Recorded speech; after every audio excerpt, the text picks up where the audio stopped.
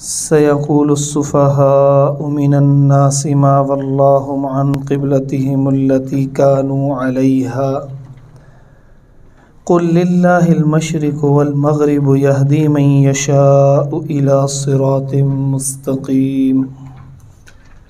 دوسرے پارے کا الحمدللہ ابھی آغاز کیا، تو یہ اس کو تھوڑا سا ہم سمجھ لیتے ہیں کہ اس رکوع کے اندر اللہ تعالیٰ کیا بیان فرما رہے ہیں۔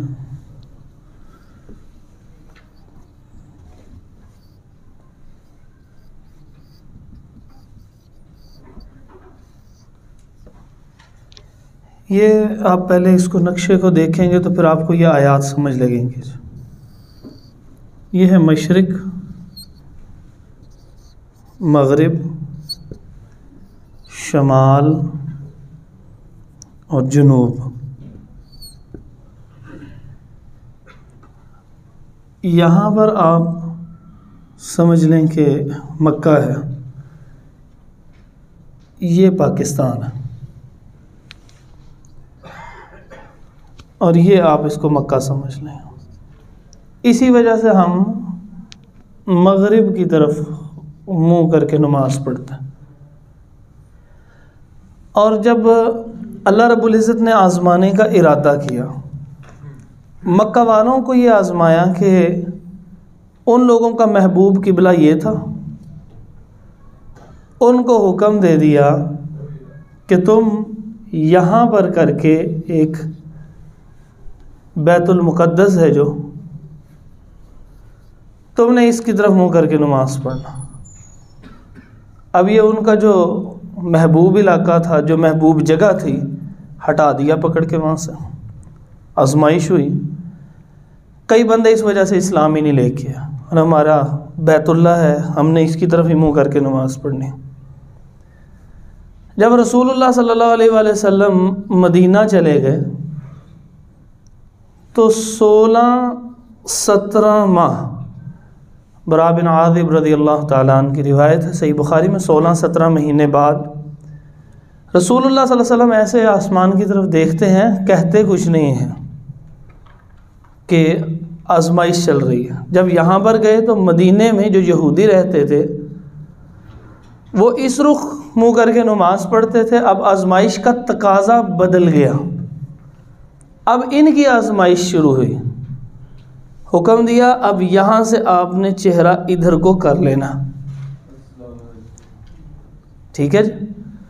تو اب چہرہ الٹے رخ ہو گیا جنوب کی جانب۔ تو نبی مکرم صلی اللہ علیہ وسلم عصر کی نماز جو ہے وہ پہلی آپ نے اس رخ منہ کر کے نماز پڑھی۔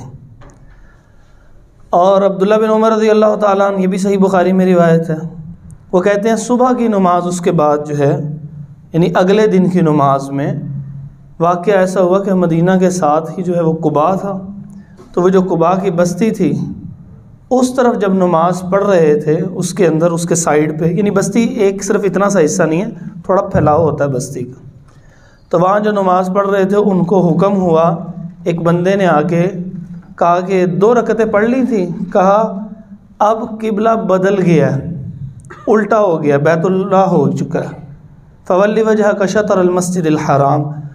تو انہوں نے نماز میں ہی گھوم کے جو ہے وہ ادھر کر لی۔ یہ دیکھیے، یہ صفحے ہیں، آپ کو سمجھانے کے لیے ذکر کرو، یہ امام ہے۔ حکم دیا کہ ادھر منہ کر کے جو نماز پڑھ رہے تھے، اب یہ ان کی آزمائش شروع ہوئی ہے، آپ نے اپنا رخ بدل لینا ہے۔ تو یہ امام جو ہے یہ ادھر آ گئے، یہ جو پہلی صف تھی یہ آخری بن گئی، اور جو آخری صف تھی اب یہ پہلی بن گئی۔ ہم نے تو کوئی پرابلم نہیں، اللہ تعالیٰ یوں کہیں گے ہم اس طرح کر لیں گے، کہیں گے یوں کرنا ہے ہم کہیں گے ٹھیک ہے۔ یہ آزمائش ہے۔ پھر اللہ تعالیٰ نے فرمایا کہ یہ بندے جو ہے نا، یہ جو بیت المقدس کے اندر بھی اتنا سا جو حصہ بنا ہوا ہے، ان میں یہودیوں کا اور ہے، عیسائیوں کا اور قبلہ ہے۔ اب چونکہ دور سے جب رخ کرتے ہیں نا تو وہ پورے ایک ہی طرف رخ ہو جاتا ہے، ورنہ وہ جو اندرونی حصہ ہے نا بیت المقدس کا، اس کے اندر دونوں کے قبلے الگ الگ جانب ہیں۔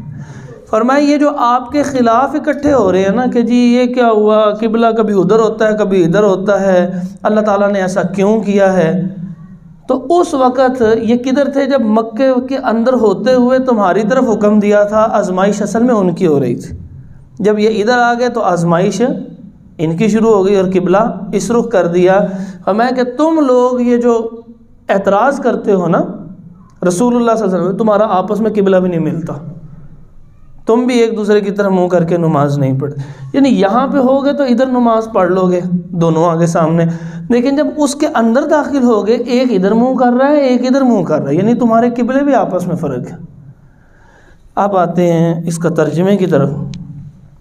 اللہ تعالیٰ فرماتے ہیں سَيَقُولُ السُّفَهَاءُ، ان قریب کہیں گے بیوقوف لوگ، من الناس، لوگوں میں سے جو بیوقوف ہیں، اور مراد ہے یہودی، منافق، مشرکین مکہ سارے کے سارے، کہیں گے ما ولاہم، کس چیز نے تبدیل کروا دیا ہے انہیں، یعنی مسلمانوں کو، ان قبلتہم، ان کے قبلے سے، یعنی قبلہ اچھا بلا ادھر تھا، اب مدینے آ کے کیوں ادھر منہ کیا ہے؟ تو میں نے آپ کو کیا بتایا، مکہ کے اندر کن کی آزمائش تھی؟ مکہ والوں کی، کہا نہیں تمہارا نہیں، بات مانتے ہو، جنہوں نے بات مانی وہ صحابہ بنے اور قبلہ ادھر کر دے۔ جب یہاں پر آئے تو آزمائش ان کی شروع ہوئی، کہا اب آپ نے منہ ادھر کر لینا ہے، تو کہا اللتی کانوا علیہا، جس کے اوپر یہ تھے، کیوں اب بدل دیا ہے، بیت اللہ کی طرف کیوں کر دیا؟ قل اے محمد صلی اللہ علیہ وسلم نے کہیں للہ، اللہ کے لیے ہے، لام آ گیا کے لیے ہے، المشرق والمغرب، مشرق بھی اور مغرب بھی، اس کی مرضی، وہ جو مرضی فیصلہ کرے۔ اب یہ میں نے نقشہ اس لیے بھی سمجھایا، ایک اور حدیث ہے، ذرا یہاں سے اس کو بھی سمجھنا۔ حدیث میں آتا ہے رسول اللہ صلی اللہ علیہ وسلم نے ارشاد فرمایا کہ لا تستقبل القبلۃ، ادھر منہ نہ کرنا، ولا تستدبروها، اور نہ اس کی طرف ادھر منہ کرو گے اور دوبر ادھر ہو جائے، یعنی آگا پیچھا پیشاب کرتے ہوئے بیت اللہ کی طرف نہیں کرنا، ولیکن شرقوا وغربوا، یا مشرق کر لو یا مغرب کر لو۔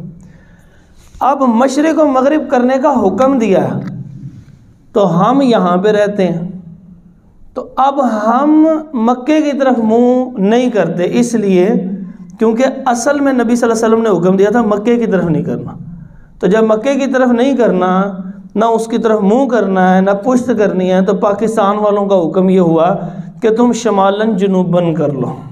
اصل بنیاد کیا ہے؟ مکے کی طرف کو نہیں کرنا منہ۔ اچھا، یعنی واش روم جاتے ہوئے۔ فرمایا اللہ تعالیٰ کے لیے ہے مشرق و مغرب، یہدی من یشاء، ہدایت دیتا ہے جسے چاہتا ہے، الی صراط مستقیم، سیدھے راستے کی طرف۔ آزمائش کے بعد جس کو سیدھا راستہ ملتا ہے وہ اللہ تعالیٰ کے فضل سے ملتا ہے۔ وَكَذَلِكَ، اسی طرح، جَعَلْنَاكُمْ، بنایا ہم نے آپ لوگوں کو، اُمَّةً وَسَطًا، ہم نے آپ کو ایک معتدل امت بنایا، یعنی ایسی معتدل امت کہ یہودیوں میں بڑی سختی ہے اور عیسائیوں میں حد سے زیادہ نرمی ہے، آپ کو ہم نے وسطی امت بنایا، معتدل امت بنایا۔ لِتَكُونُوا شُهَدَاءَ عَلَى النَّاسِ، تاکہ آپ لوگوں کے اوپر گواہ ہو جائے۔ یہ لوگوں پر جو گواہی ہے یہ مختلف قسم کی گواہی ہے۔ نمبر ایک آدمی دوسرے آدمی کا گناہ دیکھتا ہے تو کل قیامت کے دن اس کو گواہی دینی پڑے گی، اسی لیے کہا ہے کہ لوگوں کے عیب نہ تلاشو، کیونکہ جس وقت تم تلاشو گے نا عیب، تو پھر کیا ہوگا؟ پھر کل قیامت کے دن تمہیں آ کے بار بار گواہی، پریڈ لگی رہے گی، ادھر آ کے کھڑا ہوا ہے، پھر آواز آئے گی گواہی دو، اس نے گناہ کیا تھا، پھر چل پڑے گا۔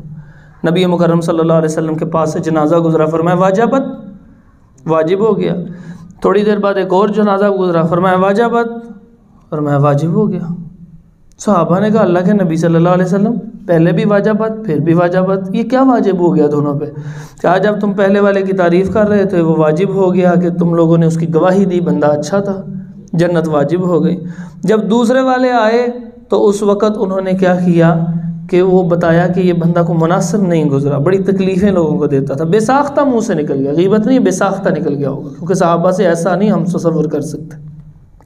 کہا واجبت، کہا اس پہ واجب ہو گئی کہ تم لوگ جو ہے انتم شہداء اللہ علی الارض، اللہ کی زمین پہ اللہ تعالیٰ کی طرف سے یہ گواہ ہو، اب تو اس لیے ایک تو یہ ہے کہ فرمایا کہ تم جو ہے وہ لوگوں کے اوپر گواہ ہو.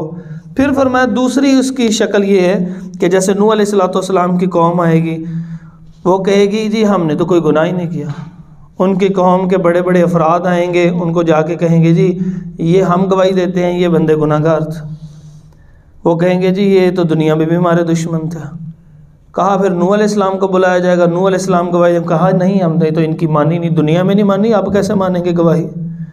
پھر امت محمد آپ کو اور مجھے بلایا جائے گا، پھر ہم جا کے گواہی دیں، کہیں گے یہ بندے برے تھے. وہ کہیں گے ہمارے وقت کے بندوں نے گواہی دی، ہم نے ان کو مانا نہیں، تو تم کہتے ہو ہمارے بعد صدیوں بعد پیدا ہونے والے تمہاری گواہی کیوں مانے. تو اس وقت کیا کہا کہ پوچھا جائے گا اے امت محمد بتاؤ تو صحیح صلی اللہ علیہ وسلم کہ یہ کیوں تم گواہی ان کے خلاف دے رہے ہو. تو بندے کہیں گے کہ اللہ تو نے قرآن میں فرمایا کہ یہ بندے برے تھے، ہم نے تیری بات پہ اعتماد کرتے ہوئے گواہی دیتے. دیکھنے میں غلطی ہو سکتی ہے، رب تیرے کہنے میں تو نہیں غلطی ہو سکتی نا. تو عین الیقین سے زیادہ حق الیقین ہے. اس کے بعد تیسری گواہی کی قسم یہ ہے کہ رسول اللہ صلی اللہ علیہ وسلم نے بھی اپنے لیے گواہی طلب کی تھی آپ لوگوں سے. آپ لوگوں سے مراد اس وقت کے امتیوں سے. حجۃ الوداع کے موقع پہ کیا کہا؟ کیا میں نے تم تک دین پہنچا دیا؟ تو انہوں نے کیا کہا تھا؟ آپ نے صرف پہنچایا نہیں، حق ادا کر دیا. تو نبی صلی اللہ علیہ وسلم نے آسمان کی طرف دیکھ کے کہا تھا اللہم اشہد، یا اللہ اب تو گواہ رہنا. تو یہ ہے وہ کہ لِتَكُونُوا شُهَدَاءَ عَلَى النَّاسِ کہ آپ لوگوں کے اوپر گواہ ہیں. وَيَكُونَ الرَّسُولُ عَلَيْكُمْ شَهِيدًا اور رسول تمہارے اوپر گواہ ہے.